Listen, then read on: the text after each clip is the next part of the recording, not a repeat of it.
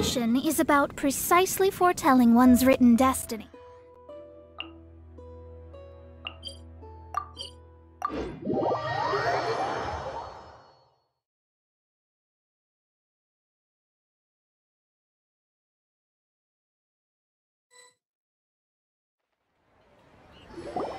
Traveler, Paimon, it's been a long time. Oh, hey, Hoishin! Long time no see! Fancy meeting you here. How's work these days? Thanks to the help of people like you and colleagues like Ganyu, better all the time. But I've been feeling distracted at work lately. I just feel constantly agitated. It's a long story.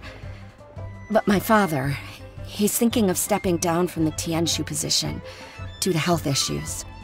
Huh? What's wrong with Uncle Tian? Nothing specifically. He's not unwell. He says he's just increasingly low on energy these days. He's always said, old age comes for us all in the end. Still, I just can't help but feel a little emotional watching it happen to him. Anyway, my father's currently on the second floor of Yangsheng Tea House. Why don't you come pay him a visit with me? He seems very fond of you, too. I'm sure chatting with you will make him very happy. Sure, let's go! What should I try?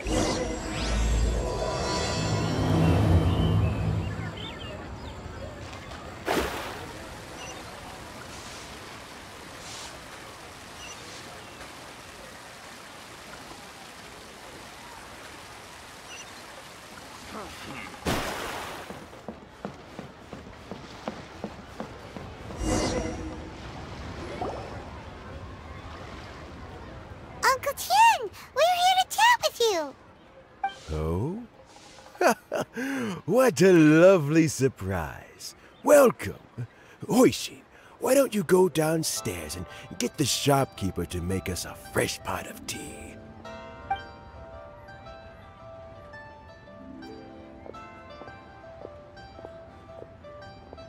I heard that you've been traveling all over the place recently. I would very much like to hear your adventure stories. Hoishin told you, didn't she? Don't worry, I'm quite alright. It's just the years gradually catching up with me. As I grow older, I'm starting to find that with many things, though the mind is willing, the flesh is weak. Especially recently, I've noticed a rather drastic drop in my energy levels. I am still very much in good standing as the Tianshu today. Nevertheless, I wish to pass on the position before my mental acuity begins to decline beyond redemption. How difficult is it to transfer the Tianshu position? Oh, well, you see, the Tianshu is a rather unique position among the Liyue Qixing. Historically speaking, the Tianshu rarely appears in public. We stay behind the scenes, planning and giving advice, so a public selection process would not be suitable.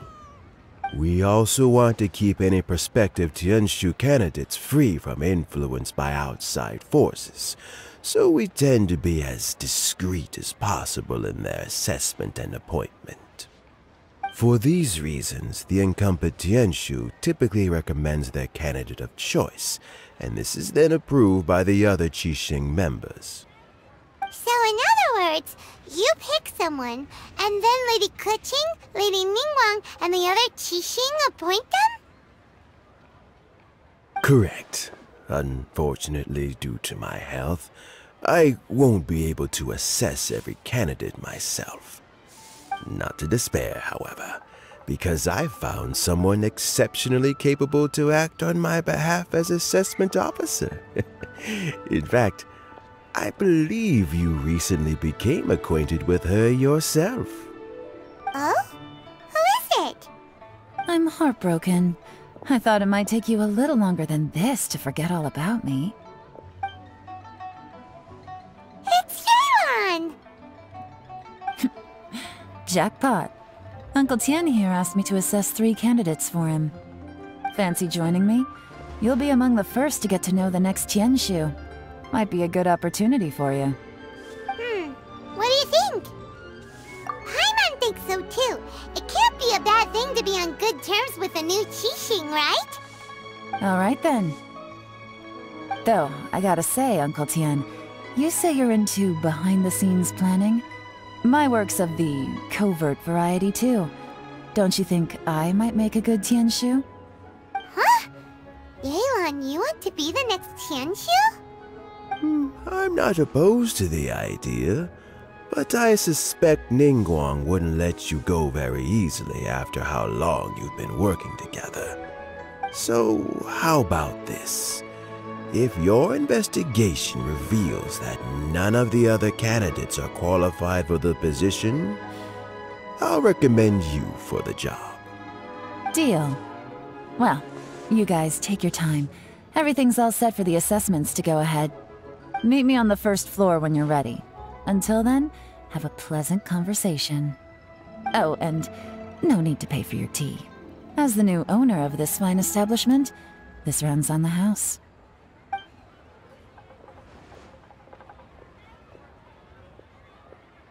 You're all set? Uncle Tian seems really worn down.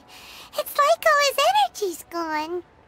Yeah, it may sound harsh, but Uncle Tian is past his prime. He's not cut out for this anymore. So he's recommended 3 candidates. Their names are Qinwei, Mingbo, and Zhi. Qinwei is a wealthy entrepreneur. Mingbo works at the Liyue Ministry of Civil Affairs, and Zhi is focused on study and travel. Try to keep all that in mind. Of course, it doesn't really matter if you forget, since we'll be assessing them at Yuehai Pavilion in a short while. Qianwei, Mingbo, Zhi. Paimon should be able to remember their names, but what does the assessment involve exactly? Let's leave that until we get to Yuehai Pavilion. Alright. Heads in the game, people. The stakes don't get much higher than a change in the Qixing. We can't afford to miss anything, no matter how small. Got it. We'll keep our eyes wide open.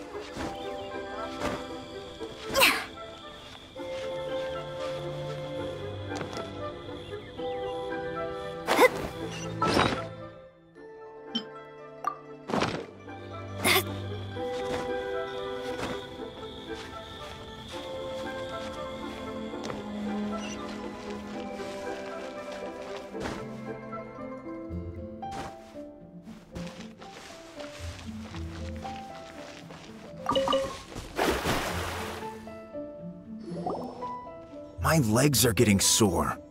What is wrong with this assessment officer? This is a huge occasion and I don't even get a chair. I've dealt with all kinds of people in my time, but never have I been made to stand while I'm waiting for an appointment. Oh, I think it's fine. That's called being complacent. If you're happy to just accept the way things are, you'll never be able to change anything in the future. Oh, come on. That's just... Now you're just... being unreasonable. All right, you two. Let's not get into a big argument over this. It's not worth it. Qianwei, that was a bit uncalled for. And Mingbo, cut him some slack. We've all been standing around for a while. It's natural to be getting irritable. Look, how about this? There's no rule saying we're obliged to stand up while we wait, so why don't we borrow some chairs from the guild nearby? Fine. They're not the best quality chairs, to be sure. But under the circumstances, it would be better than nothing. It looks like all 3 candidates have arrived. We'll meet them formally soon. Before that, let me run you through the assessment process. I've split it into 2 stages: current affairs and planning, and face-to-face interview. In the first stage, candidates are required to submit a manifesto for Liyue's development.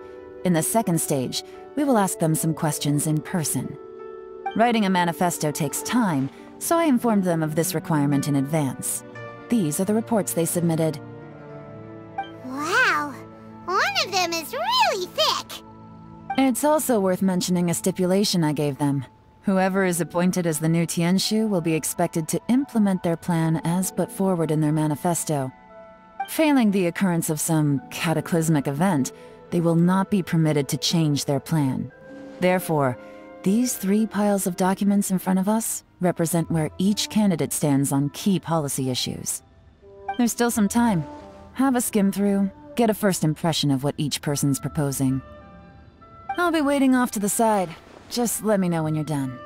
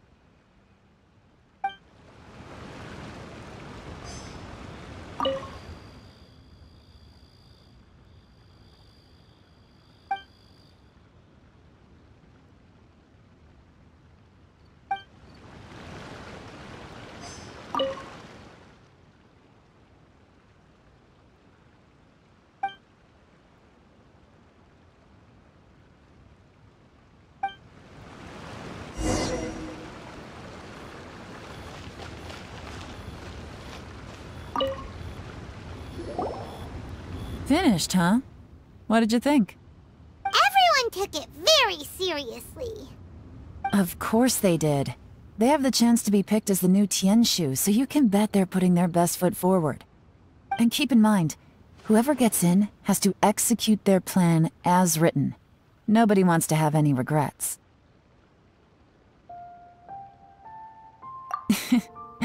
That's for me to know and you to find out. We can talk more after the interviews. We'll see the candidates now. Let's do one at a time. Start with Chenwei. Yes, ma'am.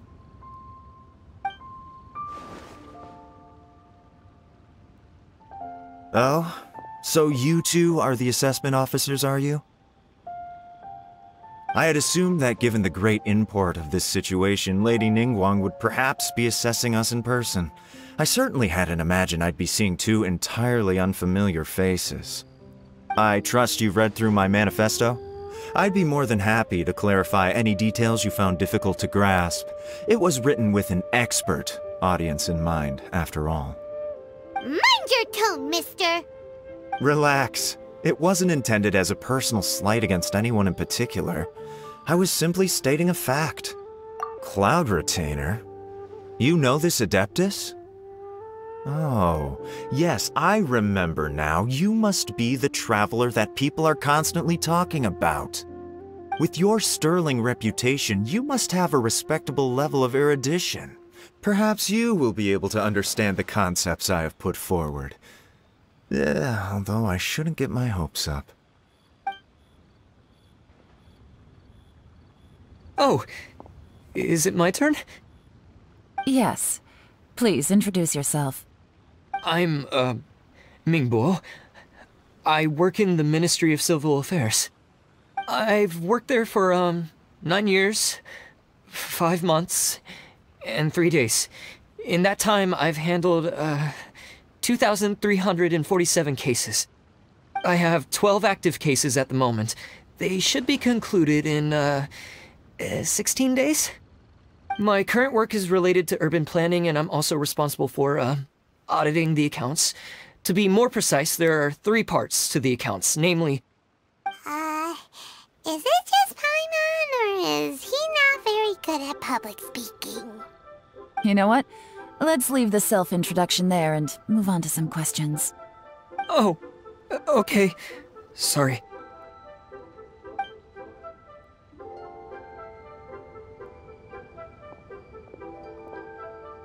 Hello. Not gonna lie, I'm feeling a little nervous. What would you like to know? You're here to assess me, so ask away and I'll answer your questions to the best of my ability. Your manifesto is very wide in its scope, but you don't seem to be personally involved in many of the specific fields. How can you be sure that you have the ability to put your plan into action?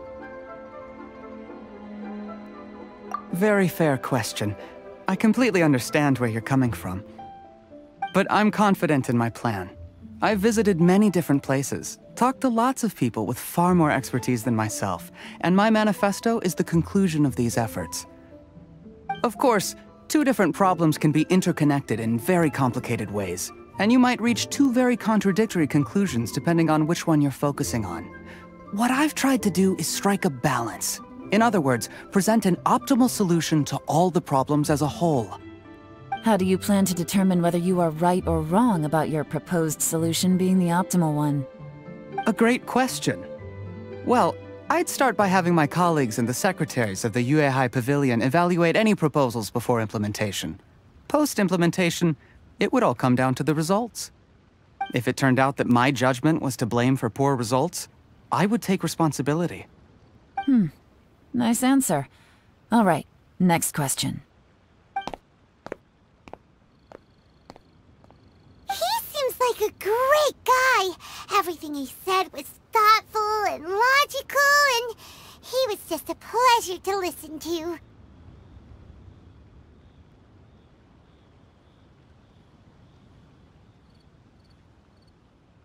Here's my take on what we just learned. As you saw, Tianwei is highly knowledgeable. He proposes many excellent ideas in his manifesto which effectively target the big issues. But he is very proud and incredibly stubborn. He doesn't care much about other people's feelings. Mingbo's plan is more thorough and more measured. You can tell he's meticulous in his work, very detail-oriented.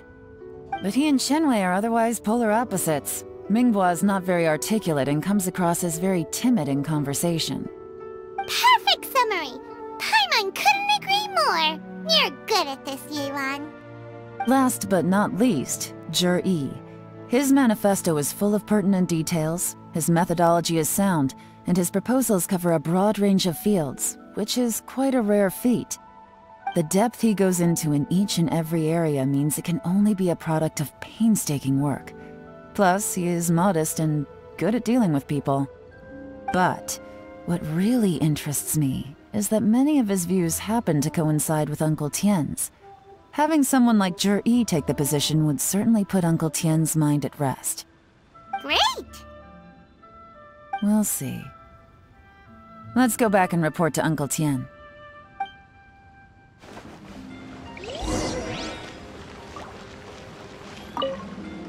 Do you need a hand with anything? Hoishin is taking some time off at the moment. I'm covering for her. Just let me know if you need anything.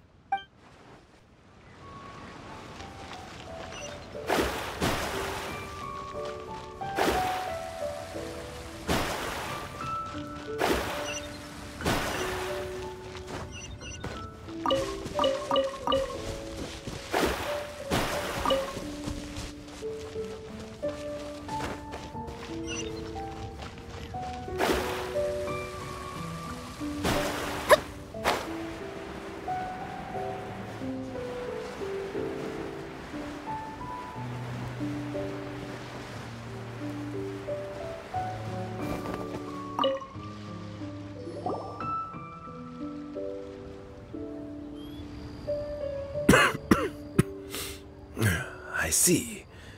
Then it's more or less as I anticipated. All right, then let me ask this. The ideas in Zhi's manifesto are very similar to your own. Is there any particular reason behind this? Oh, I didn't want to say anything when I gave you the list of candidates, for fear of affecting your judgment. But I can tell you now.